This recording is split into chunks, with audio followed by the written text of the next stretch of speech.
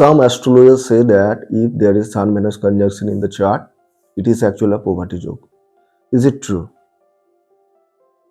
Not at all. In Bhigunandi Nari astrology, we consider and we give huge importance to the progression of planets. So just by seeing only one conjunction, we never come to a conclusion. Just by seeing two planets, conjunction of two planets, we can't predict. We should never predict. Why? Suppose, let us presume Sun Venus is in Taurus or it is in Libra and Venus is ahead of Sun. Let us presume this. So, we can say that right after the birth of this very native, father will have financial gains, financial growth, right? So, and one more thing, this native actually will born into a very affluent family.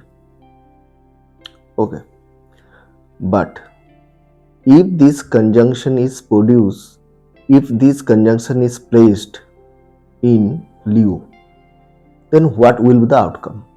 And if they are close, means degree wise they are close. Suppose Venus is combust, then also it is a half truth. Means we can never say that it is a poverty joke and this native will be a poor person. Okay, why?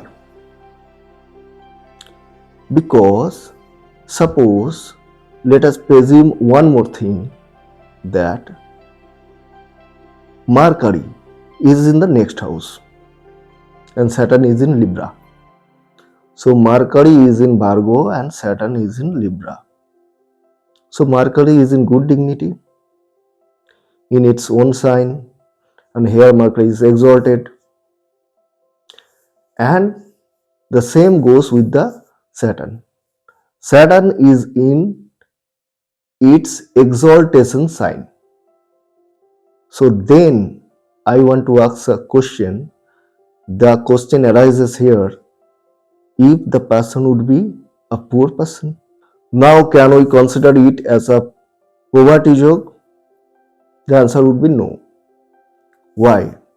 Because three material planets, it is true that one planet is combust here, that is Venus. Venus represents wealth, money, monetary gains, everything that is associated with money, that is Venus. This is also half true. Okay, I will discuss this later. This is also half true, means half truth. So Venus is connected with Sun, it is combust. So it's true that Venus loses its strength to some extent. That is true. But we have to keep in mind that Mercury is there right in the next house and Saturn is also followed by Mercury. Okay, so Saturn is in the next house of Mercury. So three material planets, two planets are in their exaltation sign.